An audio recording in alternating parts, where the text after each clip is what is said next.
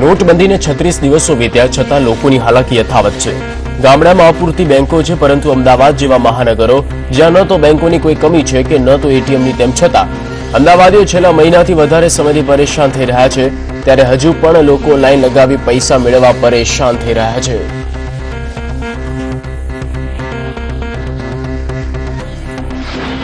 ખુલી છે ત્યારે બેંકમાં સવારથી જ ખૂબ જ લાંબી કતાર જોવા મળી રહી છે અને લોકોને પૈસાના લીધે પૈસા ન મળવાના લીધે જે હાલાકીનો સામનો કરવો પડી રહ્યો હોય છે। સવારથી જ બેંક આગળ ખૂબ જ લાંબી કતાર જોવા મળી રહી છે। અમે સવારના 9 વાગ્યાના ઊભા છે ને અત્યારે 12 વાગે પૈસા આવે છે, પ્લસ અંદર સર્વર ડાઉન છે એટલે કે પૈસા તમને નહીં મળે, એવું તો કંઈ ચાલતું હશે। 3 દિવસથી જેવી રીતે રજા હતી બેંકોમાં, કેટલી તકલીફ પડી રહી છે? ઘણી તકલીફ પડી છે અમને, આજે બી તકલીફ છે। પૈસા આપતા નથી, 24,000 આપવાના છે એની જગ્યાએ 5,000 આપે છે, બરોબર ને? પૈસા હજી હમણાં આવ્યા છે, કાઉન્ટ કરશે પછી પાછા લાઈનમાં ઉભા રહેવા પડશે અમને। એટીએમમાં મિનિમમ 2,000 થી વધારે ઓછા પૈસા ઉપડતા નથી। હવે જે લોકોના અકાઉન્ટમાં 1900 રૂપિયા છે એ ક્યાં જાય? બેંકમાં ફૂલ લાઈન છે, એટીએમમાં તમે નીકાળો તો 2,000 થી નીચેની નોટ નીકળતી નથી। હવે આપણા દેશમાં કેટલી પબ્લિક એવી છે કે જેની જોડે 2,000 થી ઉપર બેલેન્સ જ નથી, તો 1900 રૂપિયા જેની પાસે હોય એ કેવી રીતે ટ્રાન્ઝેક્શન કરે? નથી એ લોકો જોડે debit card, ATM card, credit card. તો આ એક બહુ જ ટેકનિકલ પોઈન્ટ છે જે ગવર્મેન્ટે વિચારવા જેવો છે। બોર્ડ મારવામાં આવ્યા છે, નો કેશ, રોકડા નથીના બોર્ડ મારવામાં આવ્યા છે, જેને લઈને જે લાંબી લાઈન હતી તે પણ વિખરાઈ ગઈ છે। ત્યારે હવે જોવાનું રહ્યું કે હજુ પણ જે અમદાવાદીઓ છે તેમને પૈસા ન મળવાને લીધે કેટલી હાલાકીનો સામનો કરવો પડશે। એટીએમમાં નોટબંધીના 36મા દિવસે પણ બેંકો બહાર લોકોની લાઈનો યથાવત છે। લોકોની હાલાકીઓમાં કોઈ ફરક પડ્યો નથી। રાજકોટમાં પણ આવો જ કંઈક પરિસ્થિતિ જોવા મળી। લોકો પૈસા મેળવવા માટે સવારના પરોઢિયેથી લાઈનો લગાવીને ઉભા રહી ગયા છે।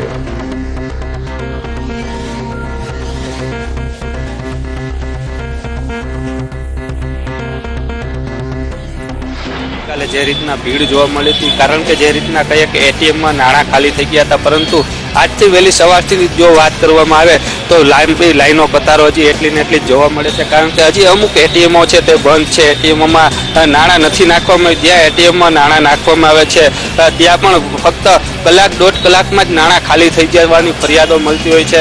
અત્યારે તમે જોઈ શકો છો કે રાજકોટની આ બેંકના દ્રશ્યો છે કે જે નાણાં ઉપાડવા માટે આવી ગયા છે, વહેલી સવારથી જ પોતે લાઈનમાં આવી ગયા છે, પરંતુ જે રીતના કહી શકાય કે તેમને ટોકનો પણ આપી દેવામાં આવે છે, તેમનો વારો આવશે ત્યારે તેઓ અંદર જશે।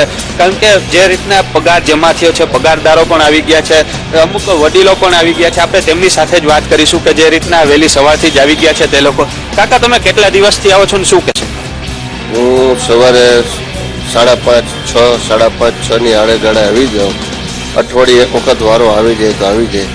ક્યાંય આપણે એટીએમમાં કોઈ જગ્યાએ પૈસા મળે ન મળે, ક્યાં ખાલી હોય, લગભગ જગ્યાએ ખાલી જ હોય છે આમ તો। જો કે સુરતના સોશિયો સર્કલ ખાતે આવેલ એસબીઆઈ બેંકની બહાર તો મોડી રાતથી જ લોકો લાઈનમાં જોવા મળ્યા।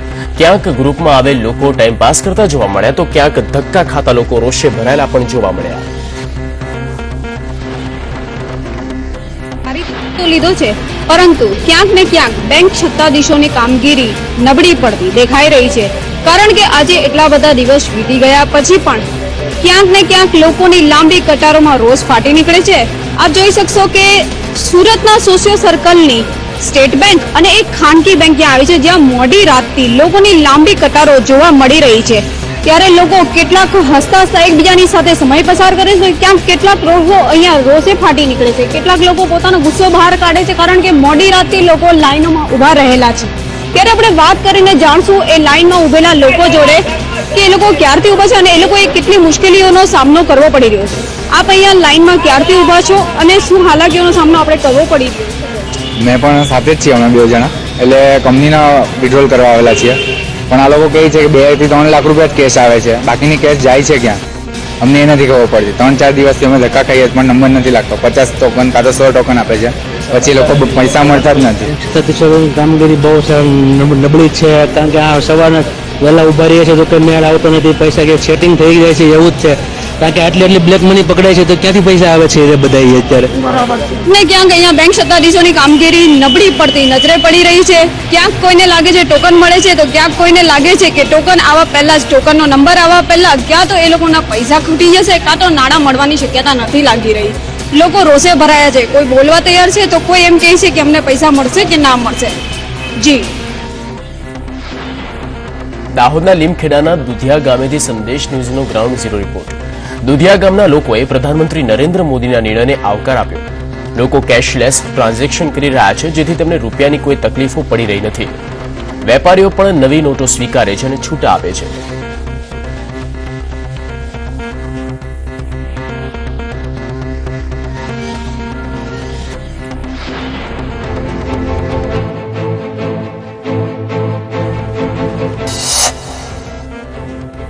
ન્યૂઝ દ્વારા દરેક ગામડાઓની મુલાકાત લીધી છે અને આ લોકોને કેટલી હાલાકી પડી રહી છે એવા આપણે લોકો દ્વારા મંતવ્ય જાણીશું. તો આપણે જોડે અમુક લોકો પણ જેટલા જોડાયા છે કે એ લોકોને કેટલી તકલીફ પડી રહી છે.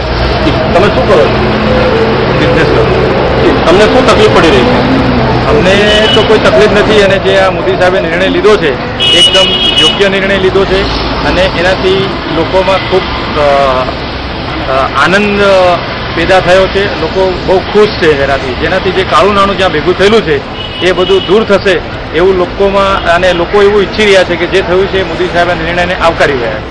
માન્ય પ્રધાનમંત્રીશ્રીએ જે 8મી તારીખે 8 વાગ્યે જે નિર્ણય લીધો 1000 અને 500 નોટ બંધ કરવાનો, આ એક ખૂબ જ સરાહનીય પગલું છે અને આનાથી ભારતનું જે આર્થિક વિકાસ છે એ વેગવંતો બનશે.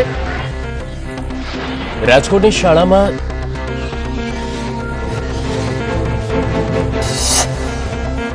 ન્યૂઝ દ્વારા રિયાલિટી ચેક પણ કરવામાં આવી રહ્યું છે. ત્યારે આજે દાહોદ જિલ્લાના ઝાલોદ તાલુકામાં આવેલ કારટ ગામની અંદર સંદેશ ન્યૂઝની ટીમ પહોંચી છે. ત્યારે આપણે જોડે કેટલાય લોકો જોડાયા છે કે જે લોકોને આપણે પૂછીશું કે એ લોકોને શું તકલીફ પડી રહી છે.